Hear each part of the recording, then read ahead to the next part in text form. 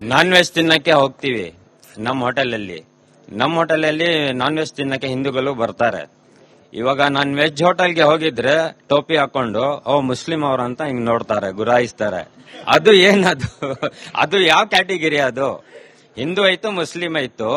ಇವಾಗ ಮುಸ್ಲಿಂ ಅವ್ರು ಹೋಗಿದ್ರೆ ಶಾಕ್ ಆಗ್ಬಿಡ್ತಾರೆ. ಅದು ಯಾವ ಕ್ಯಾಟಗಿರಿ?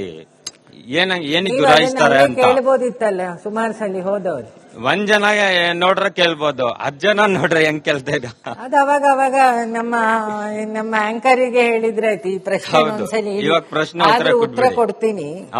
ನಾವು ಡೊನೇಷನ್ ಕಲೆಕ್ಷನ್ ಹೋಗ್ತೀವಿ. ಒಬ್ಬ ನಾನ್ ವೆಜಿಟೇರಿಯನ್ ಅಂಗಡಿಯವನು ಕೈಯೇನು ತೊಳೆದು 200 ರೂಪಾಯಿ ಕೊಡಲ್ಲ ದೇವಸ್ಥಾನ, ಅವನು ಅದನ್ನೇ ಕೊಡ್ತಾನೆ. ಹೂವಿನ ಅಂಗಡಿಯವಳು ಕೊಡ್ತಾಳೆ, ಅವಳು ಮೆನೋಪಸ್ ಆಗಿರಲ್ವಾ? ಆ ದುಡ್ಡನ್ನು ದೇವರು ಸ್ವೀಕಾರ ಮಾಡಿದಾನೆ ಅಂದ್ರೆ ನಿಮ್ ಭಾವನೆಯನ್ನು ಅವನು ಸ್ವೀಕಾರ ಮಾಡ್ತಾನೆ. ದೇವರು ಯಾವಾಗ್ಲೂ ಭಾವಪ್ರಿಯ, ಬಾಹ್ಯ ಪ್ರಿಯ ಅಲ್ಲ. ಹಾಗೆ ನೋಡೋರ್ದು ಒಂದು ಗುಂಪದು. ಆ ಗುಂಪಿಗೆ ಏನು ಅಂದ್ರೆ ಕೂಲಿಂಗ್ ಗ್ಲಾಸ್ ಹಾಕಿದ ಜನಗಳು ಅಂತ ಹೇಳ್ಬೋದು. ಕೂಲಾಗಿ ನೋಡ್ತಾ ಇರ್ತಾನೆ ಅಂತವನ್ನ ನೋಡಿ. ಅಹಂಕಾರಕ್ಕೆ ಉದಾಸೀನ ಮದ್ದು.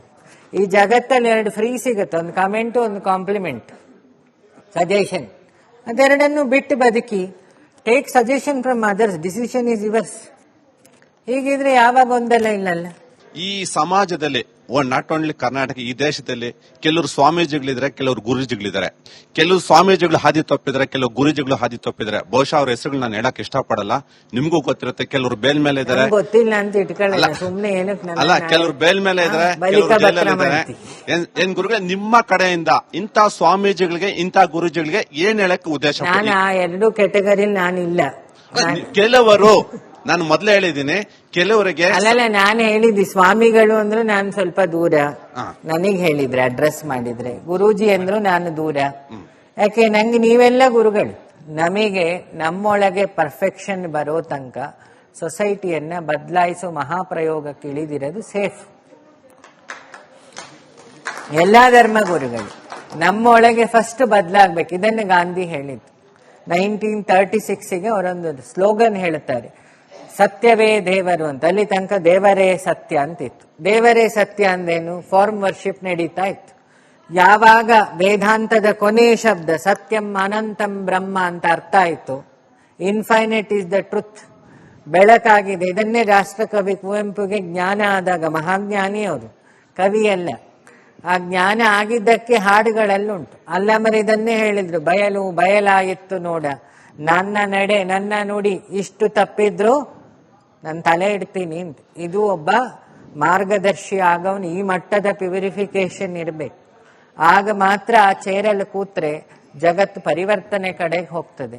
ಈಗ ನಮ್ಮಲ್ಲಿ ನಮ್ಮ ಧರ್ಮ ಎಲ್ಲ ಕಡೆ ಅದಕ್ಕೆ ದೊಡ್ಡದಾಗಿ ಒಂದು ತೊಂದರೆ ಆಗ್ತಾ ಇದೆ.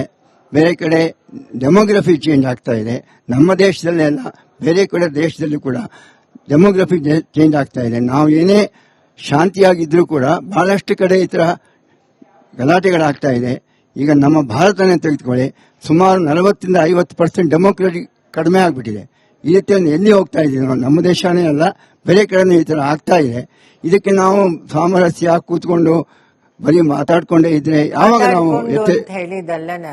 ನಾನು ಹೇಳಿದ್ದು, ಎಲ್ಲೆಲ್ಲಿ ಶಸ್ತ್ರದ ಚಿಕಿತ್ಸೆ ಆಗಬೇಕು ಅಲ್ಲಿ ಶಸ್ತ್ರದ ಚಿಕಿತ್ಸೆ ಆಗಬೇಕು, ಎಲ್ಲೆಲ್ಲಿ ಶಾಸ್ತ್ರದ ಚಿಕಿತ್ಸೆ ಆಗಬೇಕು ಅಲ್ಲಲ್ಲಿ ಶಾಸ್ತ್ರದ ಚಿಕಿತ್ಸೆ. 2 ಚಿಕಿತ್ಸೆ ಅಗತ್ಯ ಇದೆ. ಈಗ ಶಾಸ್ತ್ರದ ಚಿಕಿತ್ಸೆ ಒಂದೇ ಸಾಲಲ್ಲ, ಯಾಕೆ ಕ್ಯಾನ್ಸರ್ 4th ಸ್ಟೇಜ್ ಅಲ್ಲಿ ಇದ್ದೀವಿ. ಗುರೂಜಿ ಇನ್ನೊಂದು ಸಣ್ಣ ಕ್ವಶನ್. ಅದಕ್ಕೇನೆ ನಾವು ಯಾವುದೇ ಒಂದು ರೆವಲ್ಯೂಷನ್ ಆಗಬೇಕಾದ್ರೆ ನಾವೊಂದು ಗುರುಗಳು ನೋಡ್ತೀವಿ. ಒಂದು ಕಾಲದಲ್ಲಿ ರಾಮಕೃಷ್ಣ ಪರಮಹಂಸರು ಇರ್ಬೋದು, ಅಥವಾ ಸ್ವಾಮಿ ವಿವೇಕಾನಂದರು ಇರ್ಬೋದು, ಅಥವಾ ಶಂಕರಾಚಾರ್ಯರು ಇರ್ಬೋದು. ಅವರು ಬಂದು ಬದಲಾವಣೆ ಆಗಿದೆ. ಆ ತರ ಆಗೋ ಸಾಧ್ಯತೆ ಇದೆಯಾ? ನೀವು ಅವಧೂತರು, ಇದನ್ನು ಆನ್ಸರ್ ಮಾಡಬೇಕು. ನೋಡಿ, ಮನದಿಂದ ರೆವಲ್ಯೂಷನ್, ಆಮೇಲೆ ಮನೆ, ಆಮೇಲೆ ಮಠ, ಆಮೇಲೆ ಊರು. ನೀವೀಗ ಏನು ಮಾಡ್ತಿದ್ದೀರಿ? ಊರಿನ ಶುರು ಹಚ್ಕೊಂಡಿದ್ದೀರಿ. ಎಲ್ಲರೂ ಶುರು ಆಗಬೇಕಾಗಿದೆ ನಮ್ಮಿಂದ. ನಾನು ನನ್ನ ದೇಶಕ್ಕೆ ಎಷ್ಟು ನಿಷ್ಠೆಯಿಂದಿದ್ದೀನಿ, ನಾನೊಬ್ಬ ಸಿಟಿಸನ್ ಆಗಿ ವೋಟ್ ಹಾಕ್ತಾ ಎಷ್ಟು ನಿಷ್ಠೆಯಿಂದಿದ್ದೀನಿ ನೋಡಿ. ವ್ಯಕ್ತಿ ನೋಡಿ ಹಾಕ್ತಿದ್ದೀನೋ, ವ್ಯಕ್ತಿತ್ವ ನೋಡಿ ಹಾಕ್ತಿದ್ದೀನೋ, ಜಾತಿ ನೋಡಿ ಹಾಕ್ತಿದ್ದೀನೋ, ನೀತಿ ನೋಡಿ ಹಾಕ್ತಿದ್ದೀನೋ? First question. ಎರಡನೇದು, ನನ್ನ ಹೆಂಡತಿ ಮಕ್ಕಳು ಎಷ್ಟು ಸಂಸ್ಕಾರವನ್ನು ಬೆಳೆಸ್ತಾ ಇದ್ದಾರೆ, ಆಚರಣೆಯಲ್ಲಿದ್ದಾರೆ? ಇದು 3ನೇ ಕ್ವಶನ್. ಆಮೇಲೆ ನಾನು ನನ್ನ ದೇಶದ ಕಾನೂನನ್ನ ನಾನು ಒಪ್ಕೊಂಡಿದ್ದೀನ. ಅದನ್ನ ಒಪ್ಕೊಂಡಿದ್ರೆ ಗಲಾಟೆ ಆಗೋ ಸೀನೇ ಇಲ್ಲ. ಫಸ್ಟ್ ನಾವು ಸಂವಿಧಾನನ ಒಪ್ಪಲಿಲ್ಲ. ಒಪ್ಪಿದ್ರೆ ರೋಡಿಗಿದ್ದು ಯುದ್ಧ ಮಾಡ್ತೀವ?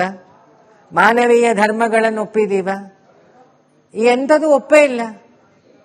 ನಾವು ಒಪ್ಪದೆ ಗಲಾಟೆ ಮಾಡಿಕೊಂಡು ಕೆಸರೆ ಹರ್ಚ್ಕೊಳ್ತಾ ಇದೀವಿ. ಈಗ ಇವರು ಸರಿ ಇಲ್ಲ, ಅವರು ಸರಿ ಇಲ್ಲ, ಟೋಟಲಿ ಎಲ್ಲರೂ ಸರಿ ಇಲ್ಲ. ಸರಿ ಮಾಡುವ. ಈಗ ಫಸ್ಟ್ ಕೂತು ಮಾತಾಡ್ಬೇಕು. ನಮ್ಮ ತಪ್ಪುಗಳೇನಿದೆ ಮುಕ್ತವಾಗಿ ಹೇಳ್ಬೇಕದು.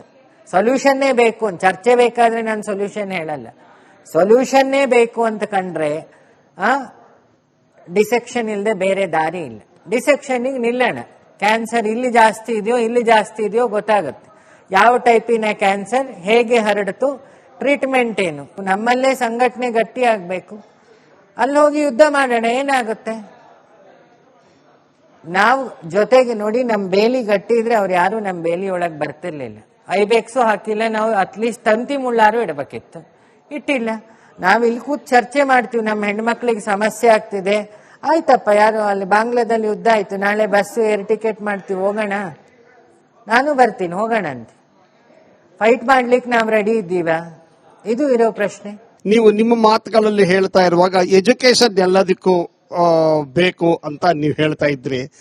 ಆದ್ರೆ ಇವತ್ತಿನ ಪರಿಸ್ಥಿತಿಯಲ್ಲಿ ನೋಡಿದ್ರೆ ಒಬ್ಬ ಚಾರ್ಟರ್ಡ್ ಅಕೌಂಟೆಂಟ್ ಹತ್ರ ಹೋದ್ರೆ ಹೇಗೆ ಟ್ಯಾಕ್ಸ್ ಕಟ್ ಮಾಡಬೇಕು, ಹೇಗೆ ಕಡಿಮೆ ಕಟ್ಟಬೇಕು ಅನ್ನೋದನ್ನ ಹೇಳ್ತಾರೆ.